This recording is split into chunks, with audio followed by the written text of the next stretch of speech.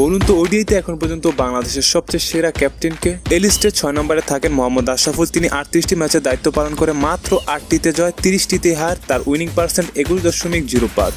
5 নম্বরে রয়েছে মুশফিকুর রহিম। তিনি 37টি ম্যাচে দায়িত্ব পালন করে 21টিতে জয়, 24টিতে হার। 2টা ম্যাচের কোনো রেজাল্ট নাই আর উইনিং পার্সেন্ট 29.72। 4 নম্বরে রয়েছে হাবিবুল বাশার। তিনি 69টি ম্যাচে দায়িত্ব পালন করে 29টিতে জয়, 40টিতে হার। Winning percent 42.02। তৃতীয় স্থানে রয়েছেন সাকিব আল হাসান। তিনি 62 ম্যাচে দায়িত্ব পালন করে 27টিতে জয়, 34টিতে হার। একটি ম্যাচের কোনো ফলাফল নেই, উইনিং পার্সেন্ট 43.54। দ্বিতীয় স্থানে রয়েছে তামিম ইকবাল। তিনি 37টি ম্যাচে দায়িত্ব পালন করে 21টিতে জয়, 14টিতে হার। 2টি ম্যাচের কোনো রেজাল্ট নেই, উইনিং পার্সেন্ট 56.75।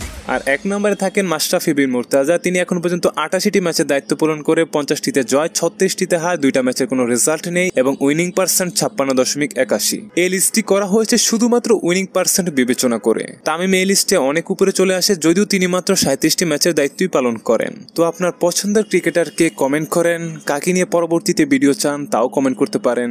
ভিডিওতে লাইক, চ্যানেলে সাবস্ক্রাইব করতে ভুলবেন না। ধন্যবাদ।